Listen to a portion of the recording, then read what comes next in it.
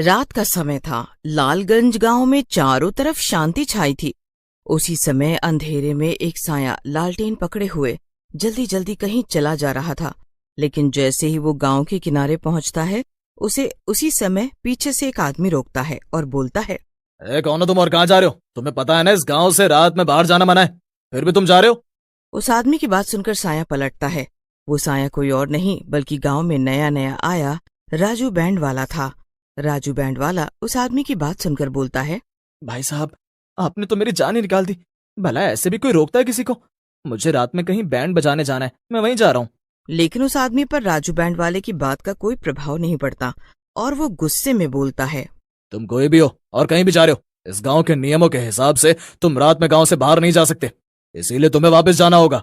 राजू अपने से लंबे और चौड़े आदमी को देखकर घबरा जाता है और वापस लौटने में ही समझदारी समझता है। अभी तो चलता हूँ, कल से दूसरे चोर रास्ते से निकल जाऊंगा। ये भीमसेन हर जगह थोड़ी खड़ा होगा। ऐसा कहकर राजू वहां से चला जाता है और अगली रात को दूसरे चोर रास्ते से निकल जाता है। ये गांव वाले भी कितने मूर्ख हैं, इनको कोई भी आसानी से मूर्ख बना सकता है। चोर रास्तों पर तो इनका ध्यान ही नहीं होता है। बेवकूफ कहीं के। और वो खली के जैसा दिखने वाला अपने आप को बहुत चालाक समझ रहा था।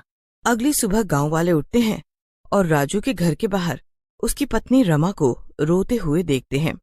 उसी समय वहां सरपंच जी आ जाते हैं और बोलते हैं, अरे ये राजू बैंड वाले की घरवाली ऐसे रो क्यों रही है? क्या हुआ? कुछ नहीं सरपंच जी, इसका घरवाला राजू मेरे मना करने के बावजूद रात में इस गांव से बाहर निकला और मारा गया। ये तो बहुत ही बुरा हुआ भीमा, तुम्हें ध्यान रखना चाहिए था। तुम तो इस गांव के सबसे बलवान आदमी हो।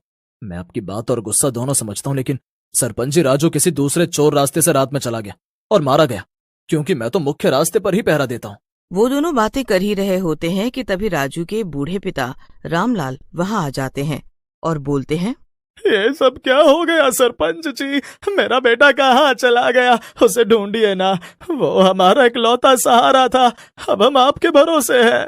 रामलाल की बात सुनकर वहीं खड़े गांव के कुछ जवान लड़के, जिनके नाम सोनू और मणि होते हैं, बोलते हैं, चाचा जी, आप चिंता ना करो, हम गांव वाले मिलकर राजू भैया को ढूंढेंगे, क्योंकि अगर इसी तरह से गांव वाले रोज गायब होते रहे तो कुछ समय में इस गांव में एक भी आदमी नहीं रह जाएगा।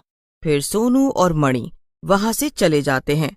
मणि सोनू से बोलता है, सोनू भाई, आप गांव वालों से बोल तो आए हो कि लोगों को ढूंढोगे, लेकिन आपको पता है कि वो लोग कहाँ हो सकते हैं जो गायब हुए हैं? तुम्हारी बात में तो दम है, लेकिन मुझे न जाने क्यों लगता है लोगों को खोजाना जंगल में बहने वाली नदी से जुड़ा हुआ है। हम दोनों को उसी नदी के पास चलकर देखना चाहिए। फिर दोनों उस नदी के पास जाकर खड़े हो जाते हैं। दोनों काफी देर तक वहीं खड़े रहते हैं। उसी समय रात हो जाती है। सोनू को भूख लग जाती है। वो मणि से बोलता है, अरे मणि, मुझे भूख लग रही है, मैं कुछ खाने को देख कर आता हूँ। अगर तुझे यहाँ डर लग रहा है तो तू भी मेरे साथ आ सकता है। क्या बात कर रहे हो आप सोनू भाई? भला मैं क्यों डरने लगा? आप जाओ और कुछ खाने को लेकर आओ, मैं यहाँ इस जगह पर नजर रखता हूँ। फिर सोनू वहां से चला जाता है और मणि वहीं नदी के किनारे खड़ा होकर उसका इंतजार करने लगता है। थोड़ी देर बाद ही नदी में हलचल होने लगती है। अरे बाप रे, ये नदी में इतनी हलचल क्यों हो रही है? कहीं इस नदी में मगरमच्छ तो नहीं है? मुझे थोड़ा पीछे खड़ा हो जाना चाहिए। ऐसा कहकर मणि पीछे हो जाता है। उसी समय नदी में से एक बड़ा सा पंजा निकलता है और मणि को पकड़ लेता है। मणि डर के मारे जोर जोर से चिल्लाने लगता है, बचाओ सोनू भैया, बचाओ, ये हाथ मुझे नदी के भीतर खींच रहा है, मुझे बचाओ सोनू भैया। उसी समय सोनू भी वहां आ जाता है और यह दृश्य देखकर सुन्न हो जाता है। हे भगवान, ये सब क्या है? ऐसे तो ना कभी देखा ना सुना, इतना बड़ा हाथ। लगता है इस नदी पर कोई शैतानी साया है। फिर सोनू वहां से चला जाता है और एक पेड़ के नीचे परेशान होकर बैठ जाता है। उसी समय वहां पर एक साधु आते हैं। साधु सोनू को देखकर बोलते हैं, क्या हुआ बेटा, इतना उदास और परेशान कैसे बैठे हो? क्या हुआ, कोई समस्या है क्या? बाबा, आप यहाँ से जाओ, आप मेरी समस्या को नहीं सुलझा सकते। मेरे पास आपको देने के लिए कुछ भी नहीं है। बेटा, वैसे भी तू हम जैसे साधु को क्या दे देगा? हम तो साधु होते ही इस दुनिया को देने के लिए हैं। चल बता अपनी समस्या, शायद मैं तेरी कुछ मदद। सोनू को साधु बाबा की बातों में सच्चाई दिखती है और वो उन्हें रात को हुई दुर्घटना के बारे में बताते हैं। बाबा, अगर मैं रात में खाना लाने नहीं गया होता तो मणि की मौत नहीं होती। इस नदी ने गांव वालों के साथ साथ मेरे दोस्त को भी निगल लिया और मैं कुछ नहीं कर पाया। मैं अब गांव किस मुंह से जाऊंगा? तू परेशान क्यों हो रहा है बेटा? जो भी हुआ उसमें तेरा कोई हाथ नहीं था बेटे। ये सब तो उस चुड़ैल का किया धरा है। क्या कहा बाबा? चुड़ैल? तो मैंने जो हाथ देखा, क्या वो चुड़ैल का था? मुझे कुछ समझ नहीं आ रहा है, जरा विस्तार से पूरी बात बताइए। तू सच्ची आत्मा है और छोटे बच्चे की तरह साफ दिल का है। तू ही उस चुड़ैल से मुकाबला कर सकता है और अपने गांव वालों और दोस्तों को बचा सकता है। बाबा की बात सुनकर सोनू हैरान हो जाता है और खुश होकर बोलता है, क्या कह रहे हैं बाबा जी आप? आपकी बातों से तो लगता है कि जैसे मेरे गांव वाले और मेरा प्यारा दोस्त मणि जिंदा है। क्या ये सच है? हाँ, ये सच है कि तुम्हारे दोस्त जिंदा हैं और खूनी चुड़ैल के चंगुल में है, लेकिन वो ज्यादा दिन जिंदा नहीं रहेंगे, क्योंकि आने वाली अमावस्या के दिन वो चुड़ैल उनको मार डालेगी, क्योंकि उसे लगता है कि अगर वो 100 इंसानों की बलि देगी तो वो अमर हो जाएगी। फिर तो बाबा मैं अभी जाता हूँ और उस चुड़ैल से अपने दोस्तों को छुड़ा कर लाता हूँ। मैंने इसीलिए तुम्हें प्यारा सा बच्चा बोला था बेटा, तुम उस चुड़ैल से अकेले नहीं लड़ सकते, तुम्हें अपने गांव वालों की मदद लेनी होगी। जाओ और अपने सरपंच को इस बारे में जाकर बताओ।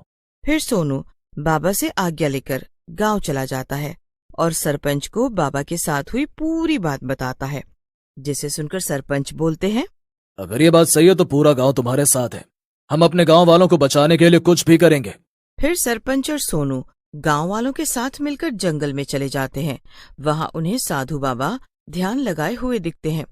सरपंच बाबा को पहचान जाते हैं और सोनू से बोलते हैं, अरे सोनू बेटा, ये तो बहुत बड़े संत हैं, ये तुम्हें कहाँ से मिल गए?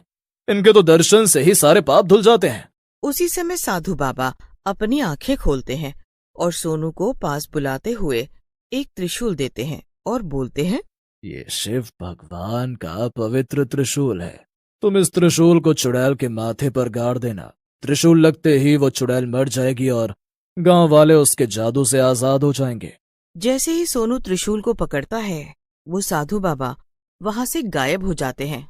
सरपंच जी, मैं अब उस चुड़ैल को बुलाने जा रहा हूँ, आप सब गांव वालों को लेकर छुप जाओ और जब मैं आपको इशारा करूंगा तब आप सब बाहर आकर चुड़ैल पर हमला कर देना। ऐसा कहकर सोनू नदी के किनारे जाता है और जोर से चिल्लाता है। सोनू के चिल्लाने पर नदी के पानी में हलचल होती है और वही खूनी हाथ बाहर आता है, लेकिन जैसे ही हाथ उसकी ओर बढ़ता है, वो पवित्र त्रिशूल को उस हाथ से छू देता है। जैसे ही वो उस हाथ को छूता है, हाथ जलने लगता है। साधु बाबा की जय हो, ये पवित्र त्रिशूल तो सच में बहुत ही ताकतवर है। जैसे ही हाथ जलता है, वहां पर एक देवता आ जाते हैं और सोनू को बोलते हैं, सोनू, तुम्हारा शुक्रिया, तुमने मुझे इस चुड़ैल के चंगुल से आजाद करा दिया। मैं तुम्हें आशीर्वाद देता हूँ कि तुम इस चुड़ैल से जीत जाओ और इंसानियत को बचाओ। ऐसा कहकर देवता गायब हो जाते हैं। उसी समय चुड़ैल भी गुस्से में बाहर आती है और बोलती है, कौन है वो दुष्ट जिसने मेरे जादू को तोड़ा? मैं उसकी जान ले लूंगी। अपने सामने खड़े सोनू को देख चुड़ैल हंसने लगती है। तो तू है वो जिसने मेरे जादू को तोड़ा?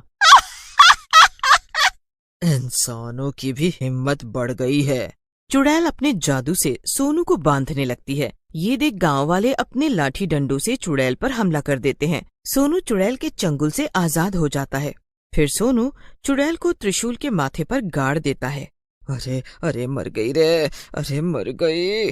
नास मिटो, तुम सबने मिलकर मेरे किए कराए पर पानी फेर दिया रे। हाय रे हाय, मर गई। चुड़ैल नीचे गिरकर मर जाती है और मणि और बाकी के गांव वाले चुड़ैल के जादू से आजाद हो जाते हैं।